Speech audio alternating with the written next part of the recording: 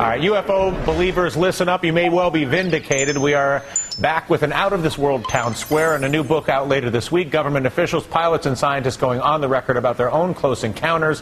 Michio Kaku, professor of physics at CUNY University and host of Sci-Fi Science on the Science Channel, got to read the book early, and he joins us with a review. Quite simply, Professor, do unidentified flying objects without question exist? 95% of all UFO sightings can be immediately identified as the planet Venus, weather balloons, weather anomalies, swamp gas, you name it, we've got it nailed.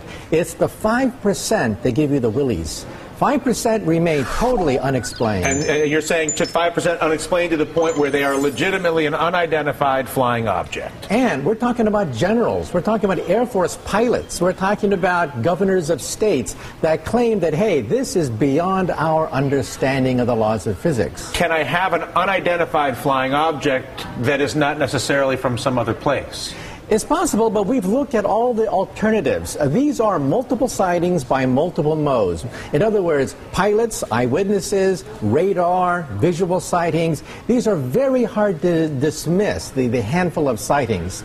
One over Alaska, another over Belgium, another over Iran. The handful of things that still cannot be explained defy known laws of physics. So then, by that definition, does this confirm the existence of life on other planets, in your opinion? I wouldn't go that far. We need alien DNA or an alien chip. That would nail it to the wall right there. We don't have that. We don't have the smoking gun. But this book is as close as you're going to get to the smoking gun. We're talking about senior military officials who were involved in the investigations of these incidents saying we are clueless. If you were to look at those who argue, well, hang on, there's no way that they could get here from some other planet, that the technology doesn't exist, the stars are too far away, you rebut that sort of thinking with what?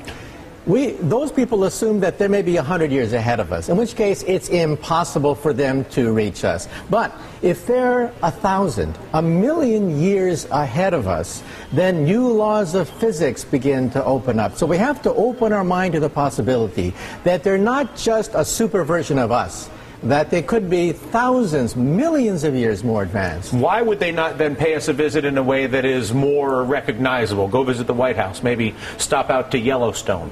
My point of view is if you're walking on a country road in, say, an anthill, you go down to the ants and say, I bring you trinkets, I bring you beads, I give you nuclear energy, or perhaps maybe you step on a few of them. If they're that advanced, maybe they simply are not that interested in us. All right. Listen, Professor, it is an absolute pleasure. If we have any strange sightings, at least now I know who to call. Before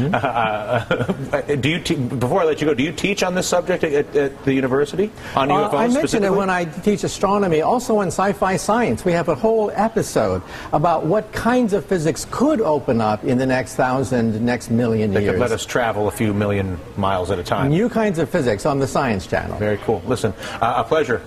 That does it for us. I'm Dylan Radigan. Hardball's up right now.